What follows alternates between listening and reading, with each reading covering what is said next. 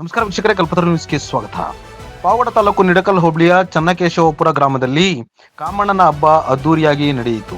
ಈ ಸಂದರ್ಭದಲ್ಲಿ ನಾಗರಾಜಪ್ಪ ಅರ್ಚಕರು ಮಾತನಾಡುತ್ತಾ, ಕಾಮಣ್ಣನ ಹಬ್ಬ ಅಥವಾ ಹೋಳಿ ಹುಣ್ಣಿಮೆಯನ್ನು ಕರ್ನಾಟಕದಲ್ಲಿ, ವಿಶೇಷವಾಗಿ ಉತ್ತರ ಕರ್ನಾಟಕದಲ್ಲಿ ಕಾಮದೇವನನ್ನು ಸ್ಮರಿಸುತ್ತಾ 5 ದಿನಗಳ ಕಾಲ ವಿಜೃಂಭಣೆಯಿಂದ ಆಚರಿಸಲಾಗುತ್ತದೆ.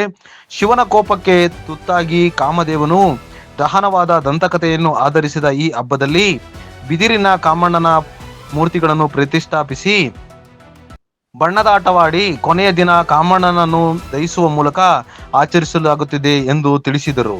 ಈ ಸಂದರ್ಭದಲ್ಲಿ ಅಜಯ್, ನಾಗೇಶ್, ನಾಗರಾಜರಾವ್, ಬಿಂದು, ಮಾಧವರಾವ್, ಊರಿನ ಗ್ರಾಮಸ್ಥರು, ಮಹಿಳೆಯರು ಅತಿ ಹೆಚ್ಚಿನ ಸಂಖ್ಯೆಯಲ್ಲಿ ಭಾಗವಹಿಸಿದ್ದರು. ವರದಿ ರಾಮಪ್ಪ, ಸಿಕೆಪುರ, ಕಲ್ಪತರು ನ್ಯೂಸ್, ಪಾವಗಡ. ಏನಪ್ಪ ಅಂತಂದರೆ ಮುಂಚೆ ಏನಪ್ಪ ಅಂತಂದರೆ ಈ ಒಂದು 40-50 ವರ್ಷದಿಂದ ಏನಾಗಿದೆ ಅಂದರೆ ಎಲ್ಲ ಕಾರ್ಯಕ್ರಮಗಳನ್ನು ಮುಂಚೆ 40 ವರ್ಷ ಹಿಂದೆ ಎಲ್ಲ ಕಾರ್ಯಕ್ರಮ ಮಾಡ್ತಾಯಿದ್ರು. ಇತ್ತೀಚೆಗೆ ಏನಾಗಿದೆ ಅಂದರೆ ಈ ಬೆಂಗಳೂರು ಸಿಟಿ ಅಂತೇಳಿ ಒಂದು ಹೊಸ ಒಂದು ತನ ಬಂದಾಗ ಏನಾಯಿತು ಅಂದರೆ ಹಳೆತನನೆಲ್ಲ ಮರಿತಾ ಕೂತ್ಕೊಂಡ್ವಿ. ಬಟ್ ಏನಾಗಿದೆ ಅಂದರೆ ಇತ್ತೀಚೆಗೆ ದಿನಗಳಲ್ಲಿ ಏನು ದೇವಸ್ಥಾನಗಳಿರ್ಬೋದು, ಈ ಥರ ಕಾರ್ಯಕ್ರಮಗಳು, ಸಾಂಸ್ಕೃತಿಕ ಕಾರ್ಯಕ್ರಮಗಳಿರ್ಬೋದು, ಧಾರ್ಮಿಕ ಕಾರ್ಯಕ್ರಮಗಳಿರ್ಬೋದು, ಪ್ರತಿಯೊಂದು ಕೂಡ ಇತ್ತೀಚೆಗೆ ನಡೀತಾ ಇದೆ. ಯಾಕಂದರೆ ಅದು ದೇವರ ಒಂದು ಕೃಪೆ. ಇದು ಒಂದು ನಾವೇನು ಮಾಡ್ತಾಯಿದ್ವಿ ಅಂದರೆ ಇಲ್ಲಿ ಯಾವುದೇ ಜಾತಿ ಧರ್ಮ ಯಾವುದೂ ಇಲ್ಲ, ಎಲ್ಲ ಒಂದೇ ಅಂತ ಹೇಳಿ ನಾವೆಲ್ಲ ಗ್ರಾಮದವರು ಸೇರಿ ಇವತ್ತು ಕಾಮಣ್ಣನ ಹಬ್ಬ ಮಾಡ್ತಾಯಿದ್ದೀವಿ. ಹಾಗಾಗಿ ಇವತ್ತು ದೇವರು ಎಲ್ಲರಿಗೂ ಒಂದು ಆರೋಗ್ಯ ಕೊಡಲಿ, ಐಶ್ವರ್ಯ ಕೊಡಲಿ, ಆರೋಗ್ಯ ಆಯುಷ್ ಎಲ್ಲ ಕೊಡಲಿ ಅಂತ ಕೇಳ್ಕೊತ ಒಂದು ಕಾಮನ ಹಬ್ಬನ ಎಲ್ಲರೂ ಮಾಡಿದ್ದೀವಿ.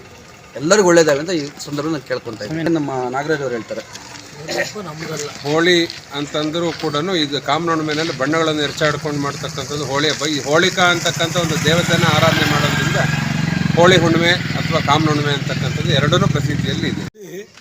ಇದೇ ವಿಚಾರ ಅಲ್ಲದೆ ಪ್ರತಿಯೊಂದು ಅನಾದಿ ಕಾಲದಿಂದ ನಡ್ಕೊಂಬಂದಿರುವಂಥ ಕಾರ್ಯಕ್ರಮಗಳು ಯಾವುದನ್ನು ತಪ್ಪಿಸಿಲ್ಲ, ಮುಂದೆ ತಪ್ಪಿಸೋದೂ ಇಲ್ಲ. ಪ್ರತಿಯೊಂದು ಇವತ್ತಿನ ಕಾಲಮಾನಕ್ಕೆ ತಕ್ಕಂಟಂಗೆ ಹಳೆಯದನ್ನು ಏನೇನಿದೆಯೋ ಅದನ್ನೆಲ್ಲದನ್ನು ಪುನಃ ಹಳಬರಲ್ಲಿ ತಿಳ್ಕೊಳ್ತಾ ಇದನ್ನು ಯಾವುದನ್ನು ಬಿಡಬಾರ್ದು. ಗ್ರಾಮಕ್ಕೆ ಒಳ್ಳೇದಾಗುವಂಥದ್ದನ್ನು ಯಾವುದನ್ನು ನಾವು ಮಾಡದೇ ಇರಬಾರ್ದು. ಎಷ್ಟೇ ಕಷ್ಟ ಆಗಲಿ ಮಾಡಬೇಕು ಅಂತೇಳಿ ಗ್ರಾಮಸ್ಥರೆಲ್ಲ ಸೇರಿ ತೀರ್ಮಾನ ಕೈಗೊಂಡು ಇದನ್ನು ಮಾಡ್ತಾಯಿದ್ವಿ. ಪ್ರತಿಯೊಂದು ಕೆಲಸನೂ ಇದೇ ಥರ ಮಾಡ್ಕೊಂಡು ಹೋಗಬೇಕು ಅಂತ ಗ್ರಾಮಸ್ಥರಲ್ಲೆಲ್ಲ ಕೇಳ್ಕೊತಾ ಇದ್ವಿ.